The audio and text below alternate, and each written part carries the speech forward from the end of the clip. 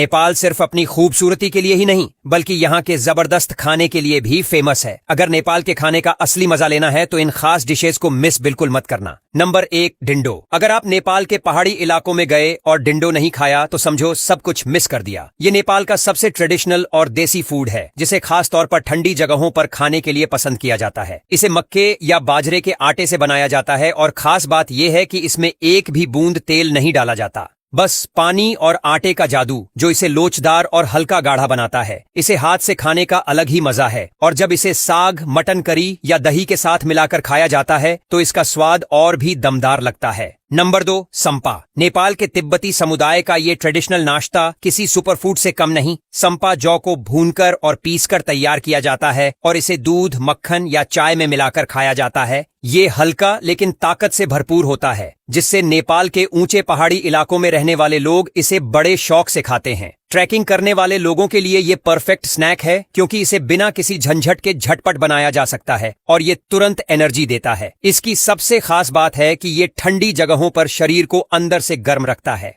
Number 3, कोदो को रोटी। अगर हेल्दी और टेस्टी खाना चाहिए तो नेपाल की ये खास रोटी ट्राई करनी चाहिए। कोदो को रोटी रागी यानी कोदो के आटे से बनाई और तवे की धीमी आंच पर पकाई जाती है। इसका हल्का मीठा स्वाद इसे और भी खास बनाता है।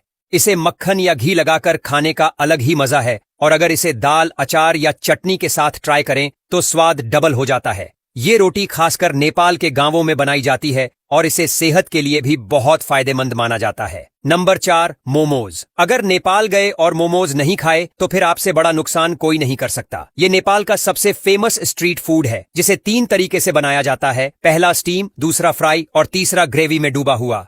इसमें वेज, चिकन, मटन या याक के मीट की भरावन होती है और इसे तीखी टमाटर की चटनी और झनकार सूप के साथ सर्व किया जाता है।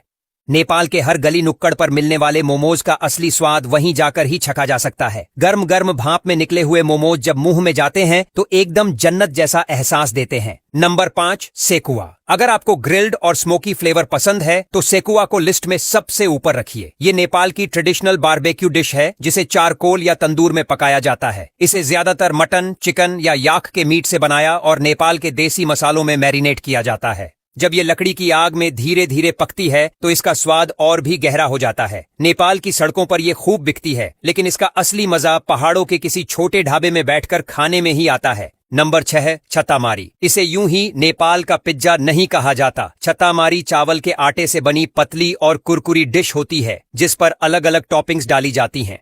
इसमें मीट, अंडा और सब्जियों का बेहतरीन कॉम्बिनेशन डाला जाता है जिससे इसका स्वाद एकदम यूनिक बन जाता है। इसे नेपाल के नेवारी समुदाय में खास तौर पर त्योहारों और उत्सवों के दौरान बनाया जाता है। अगर आप पिज्जा लवर हैं और कुछ देसी ट्राई करना चाहते हैं तो छतामारी एकदम परफेक्ट चॉइस है। नंबर 7, दाल भात। नेपाल में अगर कोई सबसे पॉपुलर और सबसे ज्यादा खाया जाने वाला खाना है तो वो है दाल भात। इसे नेपाल का सुपर फूड भी कहा जाता है क्योंकि ये हेल्दी भी है और स्वाद में भी टॉप क्लास। इसमें उबले हुए चावल और दाल का परफेक्ट मेल होता है जिसे सब्जियों, साग, अचार और कभी कभी मांस के साथ परोसा जाता है। नेपाल में इसे दिन में 2 बार खाना आम बात है और ये हर घर में रोज बनता है। ट्रैकिंग करने वाले लोगों के लिए भी ये एकदम बेस्ट फूड है क्योंकि ये पेट को लंबे समय तक भरा हुआ रखता है और एनर्जी देता है। नंबर 8, सेल रोटी। अगर आप नेपाल के किसी फेस्टिवल, शादी या बड़े आयोजन में गए और सेल रोटी नहीं खाई तो समझिए आपकी ट्रिप अधूरी रह गई। ये नेपाल की सबसे फेमस और ट्रेडिशनल मिठाई जैसी रोटी है जिसे चावल के आटे से बनाया और गोल गोल आकार देकर डीप फ्राई किया जाता है।